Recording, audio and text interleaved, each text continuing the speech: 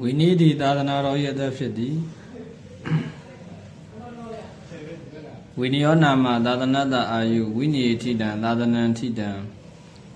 ဝိနည်းဒီသာသနာတော်ရဲ့အသက်ဖြစ်သည်ဝိနည်းတည်ရင်သာသနာတော်တည်သည်ဟုအဓိပ္ပာယ်ရသည်မြတ်စွာဘုရားပြိဋိဘံစံပြီးပထမသင်္ဃာနာတင်မှုကြိုတင်ပြင်ဆင်ကြသည့်အချိန်ကစတင်ပေါ်ပေါက်လာတာဖြစ်တယ်သင်္ဃာနာတင်မှုဆွေးနွေးတိုင်ပင်ကြတဲ့အခါဓမ္မနဲ့ဝိနည်းရှိရတဲ့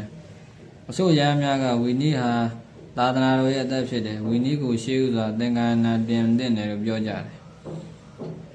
ရဟန်းတော်များအလုံးကလက်ခံကြသည့်အတွက်ဝိနည်းကိုရှေးဥစွာသင်္ဃာနာတင်ကြတယ်နောက်မှဓမ္မကိုသင်္ဃာနာတင်ကြတယ်ယင်းစကားရဲ့နဲ့အဓိပ္ပာယ်တူသည်ဝိနယောဟိသာသနတအာယုတတမိန်တိတေသာသနံထိတံဟောတိစကားကိုလည်းတရားအထာဂရတွင်တွေ့ရှိရပါသည်အထပ်ပါစကားကိုဒီမနစ်သက်သူများကဝိနည်းသာသနာတော်ရဲ့အသက်မဟုတ်ရဟန်းတော်ရဲ့အသက်သာဖြစ်တယ်စသည်ဖြင့်ဝေဖန်ကြတယ်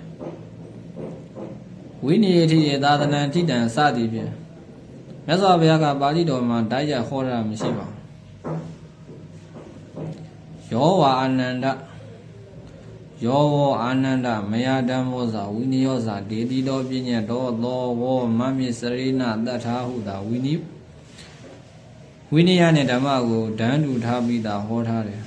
ဝေဖန်သူတို့ကမဂ္ဂင်၈ပါးသာသာသနာတော်ရဲ့အသက်ဖြစ်တဲ့စသည်ဖြင့်ထောက်ပြဝေဖန်ကြတယ်ဝေဖန်သူတွေကဝိနယောနာမစတဲ့အထပ်ပါစကားသည်ပါဠိတော်စကားမို့အထာဂရစကားဖြစ်သည့်အတွက်မခိုင်မာဘူးပါဠိတော်စကားကဝိနည်းနဲ့ဓမ္မကိုဒန်းတူထားတာတွေ့ရတယ်ဟုပြောဆိုကြတယ်ဝိနည်းစည်းကမ်းနဲ့အညီနေထိုင်ကြသည့်ယဟန်တာမဏေတို့ကိုဖူးမြင်ရပြီးသာသနာတော်ကိုပို့ပြီးစီပင်သွားသည့်တာရကများရှိပါတယ်နိရောဓတာမဏေနဲ့အာသောကဘုရင်တို့ရဲ့ဇလံကအထက်ပါချက်လက်ကိုတိတိတသာထောက်ခံနေပါတယ်ဝိနည်းစည်းကမ်းနဲ့အညီမနေထိုင်ကြသည့်အာလက်စီဒုတ်တိလာတွေကြောင့်သာသနာတော်ကြီးဆုတ်ယုတ်သွားရသည့်အဖြစ်ပြန်များလည်းရှိပါတယ်ခုခေတ်ဆိုရင်ပို၍ထင်ရှားနေပါသည်ဝိနည်းစည်းကမ်းများကျူးလွန်နေသည့်ယဟန်တာမဏေများကိုမြင်တွေ့သွားပြီးသာသနာတော်ကြီးပေါ်ထင်လွဲသွားကြသည်သာသနာတော်နှင့်ဝေးကွာကြသည်တရားဒဂါမများလည်းများပြားလာပါသည်ထိုကဲ့သို့အဖြစ်များမဖြစ်ရအောင်မြတ်စွာဘုရားကဝိနည်းစည်းကမ်းများကိုပြည့်ညတ်တော်မူခြင်းဖြစ်ပါတယ်ဝိနည်းစည်းကမ်းပြည့်ညတ်ရခြင်းအချက်10ချက်ကိုလည်းမြတ်စွာဘုရားဘယ်လောက်လေးထားသည်ဆိုတာသိနိုင်ပါတယ်အချို့နေရာတွေမှာသီလသည်ယဟန်၏အစင်းတန်သာဖြစ်တယ်သီလယနာကအနံ့အလုံးတို့ထသာလွန်တယ်သီလလုံးလင်တမာရိပညာကိုလည်းလွယ်ကူစွာရနိုင်တယ်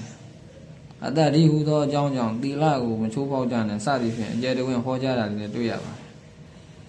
ဤသို့ဆိုမဲ့ဆိုရင်ဓမ္မကအရေးပါဘူးလားကိုမေးဝယ်ရှိပါတယ်ဓမ္မကလည်းရေးပါပါတယ်သီလမရှိဘဲဓမ္မသက်သက်ကိုကျင့်သုံးမယ်ဆိုရင်ခါဝဲမပါပဲခေါင်းပေါင်းထားသလိုဘယ်လိုနည်းနဲ့မှအဆင်မပြေနိုင်ပါဘူးခါဝဲနဲ့တူသည့်သီလဝိနည်းကိုလုံးကျုံအောင်ခေါင်းပေါင်းနဲ့တူပါတယ်ဓမ္မမဂ္ဂင်လည်းဖြစ်ကျင်လိုအပ်ပါတယ်ထို့ကြောင့်ဝိနည်းသာသနာတော်ရဲ့အသက်ဖြစ်တယ်ထို့ကြောင့်ဝိနည်းသာသနာတော်ရဲ့အသက်ဖြစ်သည်ဟုထောက်ခံပြောကြပါတယ်